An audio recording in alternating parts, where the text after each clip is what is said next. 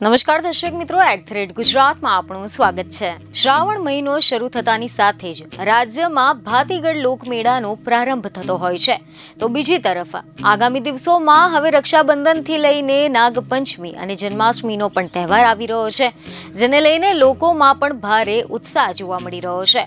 પરંતુ હવે આ બધાની વચ્ચે મેઘરાજા આ તહેવારોની મજા બગાડવા માટે રેડી થઈ ગયા છે। જી હા, અને આ અમે નથી કહી રહ્યા, પરંતુ ગુજરાતના આગાહીકાર અંબાલાલ પટેલનું કહેવું છે।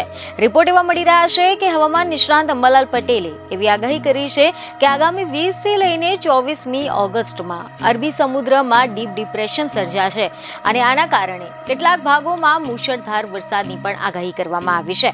તમે જણાવી દઈએ કે આ બધા તારીખોમાં, આ સિવાયની તારીખોમાં પણ રક્ષાબંધન અને નાગપંચમી જેવા તહેવારમાં વરસાદની આગાહી કરવામાં આવી છે, જ્યારે કેટલાક વિસ્તારોમાં ભારે વરસાદના કારણે પૂર આવવાની પણ સંભાવના દર્શાવવામાં આવી છે।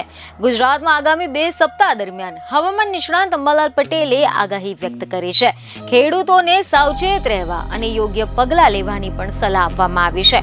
11 થી લઈને 24 ઓગસ્ટની વચ્ચે મધ્યપ્રદેશમાં ભારે વરસાદના કારણે નર્મદા ડેમ ઓવરફ્લો થવાની સંભાવના છે। 15મી ઓગસ્ટથી હિન્દ મહાસાગરમાં એટમોસ્ફિયરિક વેવ સક્રિય થવાની છે અને આના કારણે બંગાળની ઉપસાગરમાં ભારે સિસ્ટમ બનવાની છે। 17 થી લઈને 24 ઓગસ્ટ દરમિયાન ભારેથી ભારે વરસાદની આગાહી કરવામાં આવી છે। તો આની સાથે જ અંબાલાલ પટેલે વધુમાં કહ્યું છે કે આગામી 14મી ઓગસ્ટ સુધીમાં રાજ્યમાં વરસાદી ઝાપટા પડશે। દક્ષિણ ગુજરાત, દક્ષિણ સૌરાષ્ટ્રમાં ભારે વરસાદી ઝાપટા રહેવાના છે।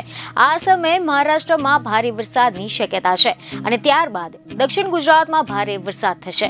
16 થી લઈને 24 ઓગસ્ટમાં રાજ્યમાં સારા એવા વરસાદ થવાની શક્યતા છે। દક્ષિણ ગુજરાત અને દક્ષિણ તેમજ પશ્ચિમ સૌરાષ્ટ્રમાં ભારેથી ભારે વરસાદની શક્યતા છે। 25 ઓગસ્ટે બંગાળના ઉપસાગરમાં ડિપ્રેશન બનશે અને આના કારણે રાજ્યના ઘણા બધા ભાગોમાં ઓગસ્ટના અંત સમયમાં સારો એવો વરસાદ થઈ શકે છે। બીજને ખબરો સાથે ફરી મળીશું। ધન્યવાદ।